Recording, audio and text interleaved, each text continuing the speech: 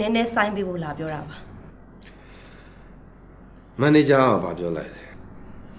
စာချုပ်ပါစီကံရဆိုရင်တော့တတ်မှတ်ရက်အတွင်းငွေမပေးနိုင်တရားစွဲလို့ရတယ်ဒါအမှန်ပဲလေငါ့ကိုငွေရှာဖို့အချိန်နဲ့ပေးပါအချိန်တော်မင်းမြတ်အချိန်ဘယ်လောက်လောက်လိုချင်တာလဲမသိဘူး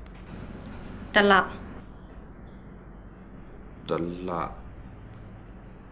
ဟုတ်ပါပြီကျွန်တော်တို့ဘက်ကအချိန်တစ်လပေးလိုက်ပါပြီတဲ့အဲ့တစ်လပြည့်တဲ့အခါမှာရောဒေါ်မင်းမီဘက်ကဒီပေးစရာရှိတဲ့ငွေတွေအကုန်လုံးပြန်ပေးပါမယ်ဆိုတော့ဘလို့အာမခံချက်မျိုးပေးနိုင်တယ်မသိဘူးမင်းနဲ့ငါနဲ့ကြားထဲမှာတလောက်ပြောစရာလိုလို့လားကျွန်တော်အလုပ်ကိစ္စကိုပြောတာပါစိန်တိုက်ပိုင်ရှင်တယောက်ကသူရစရာရှိတဲ့ငွေကိုပေးစရာရှိတဲ့ customer စီကတောင်းနေတာလေမင်းကွာငါတူမမျက်နှာမှာထားအော်ဒေါ်မေမီရဲ့အဲ့ဒီလိုပြောကြကြီးဆိုရင်တစ်ချိန်တုန်းကကလေးကချေအုတ်ကြားမြတ်ပေါက်နေတမန်ကိုပြစ်ခါပြောခဲ့တုန်းကရောဒေါ်မေမီရဲ့တူမညသားရဲ့မျက်နှာကိုထောက်ခဲ့လို့လားဒီမှာမင်းမစီမဆိုင်ကိစ္စတွေပြီးတာတွေကိုဆွဲပြီးမပြောပါနဲ့โอเคပါစကားလက်တွန်းတော့ပြောတတ်တာအဲ့တော့ကျွန်တော်တို့အလုပ်ကိစ္စဆက်ပြောရအောင်ဒေါ်မေမီတောင်းတဲ့အချိန်ကျွန်တော်ပေးနိုင်ပါတယ်တစ်လပေါ့နော်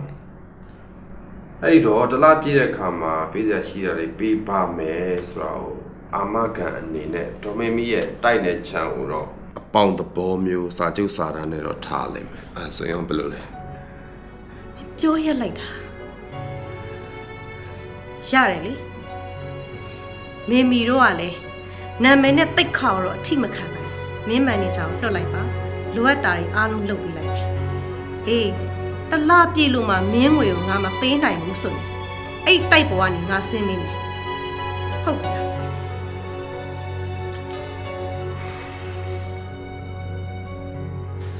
အားလုံးကိစ္စတွေမှာဘာမှမသိဘဲနဲ့ဝင်မပါနဲ့မသိရင်ကိုယ့်အကူမသိတယ်လို့ပဲနေရွှေသားတော်မလို့ရွှေသားပြောတာပါဦးတမန်ရဲ့ပြီးတော့အတမန်ကလေးကကြွကြတာမဟုတ်ပါဘူးရွှေသားတောင်းမှန်တာပါငါပြောပြီးပဲငါလုပ်ကိစ္စငါသိတယ်ဝင်မပါနဲ့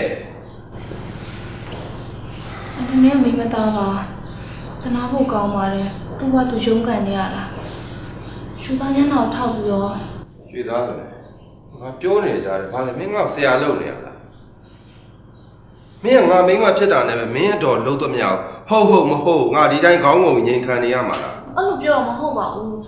ပြဿနာကြီးထွားမလုပ်ဘဲနဲ့ချောချောမောမောလေးပြီးသွားစေချင်တာပါအဒီမှားတယ်လေထားဦးတမန်ဘက်ကသဘောထားကြီးနေဘာကွာ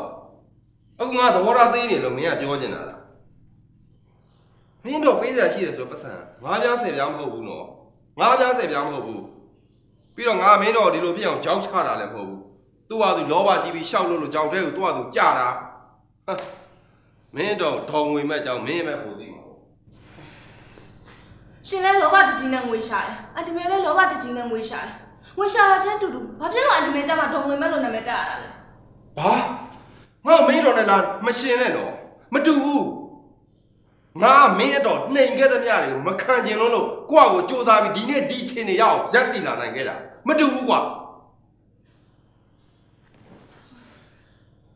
ရှင်မမကိစ္စနဲ့ပတ်သက်ပြီးတော့အတမန်ကအကြိတ်ခဲထားခဲ့တာပေါ့ဟုတ်လားအခုအတမန်လက်တော့ပြန်နေရပေါ့လေအတမန်ကလေးစားချေချင်လို့အတမန်ကိုချိုးချင်လို့ရှင်ကျမကိုယူခဲ့တာပေါ့ရွှေသားမျက်စပ်ပိတ်ထားစမ်းမပိတ်နိုင်ကျမမှန်တာပြောနေရရှင်တော်အညှို့တဲကြီးတယ်လို့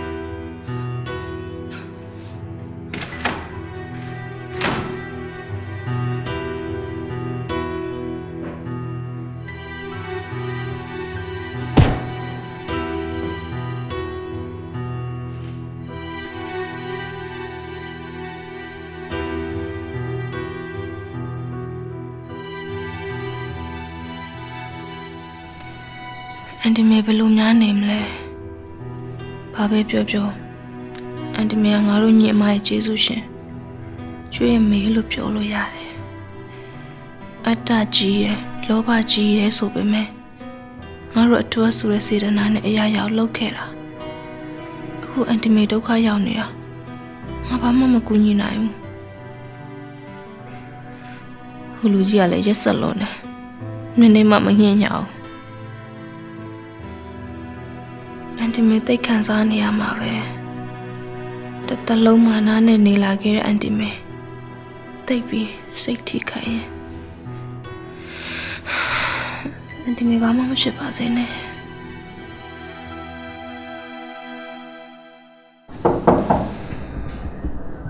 ဘာတူလဲ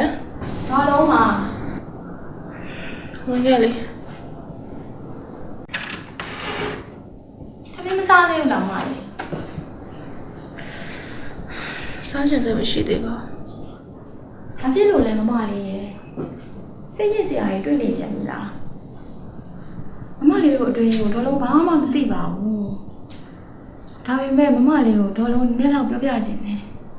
အိမ်အောင်ရေးဆိုတာဘဝတိုက်ပွဲတစ်ခုပဲ။အိမ်အောင်မှုဆိုတာတည်ပြီးရင်ဖြတ်ဖို့ခက်တယ်။ဒေါ်လုံးတို့မိမသားဘဝဆိုတာတစ်မျက်နှာနောက်တစ်မျက်နှာပြောင်းမှုမလွယ်ဘူးလေ။ပတ်ဝန်းကျင်ရဲ့တွေးခွဲမှာမမျောဘူးအရေးကြီးရဲ့။ဒါကြောင့်သူ့ဘက်ကိုပဲမြညာတတရှိဖို့လိုတယ်။နှစ်ဖက်စလုံးကအရန်တင်းနေနောက်ဆုံးမှတင်းလွန်ပြီးပြတ်သွားဖို့ပဲရှိတော့တယ်။မပြည့်ရင်တော့မဖွဲမိလို့တဝက်ငွေလောင်နေတဲ့အိမ်တော်ကြီးမျိုးပဲဖြစ်မှာပဲ။ဒေါ်လုံးတို့အမြင်ပြောရရင်တော့တထက်ကအရင်ထက်အများကြီးပြောင်းလဲလာတယ်။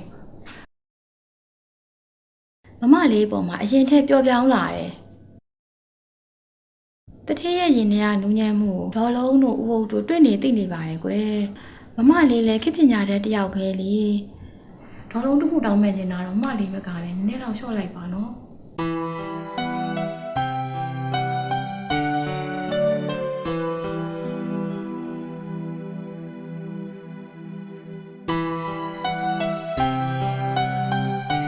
သူရှင်ထဲမှာနူးညံ့လာတယ်တဲ့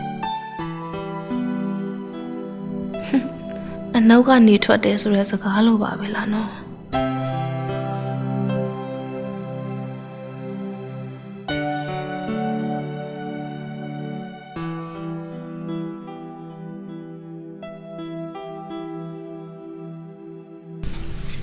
တော်မီမီကိုပြောလိုက်တာလေလွန်သွားသလားမသိဘူးသူ့ဘာငါနာကြည့်ထားတာတွေကြောင့်ငါပြောထွက်တော့တာတင်တယ်သူစိတ်တော့ထိခိုက်တော့မှမှန်မယ်ရွှေသားကလည်းသူ့တော်အတွက်ငါ့ကိုတောင်းပန်တာပါလေသူ့ဘက်ကတော့မလွန်ပါဘူးတော်မီမီကရွှေသားတို့ရဲ့အမေဆိုရင်လည်းမမောက်လေ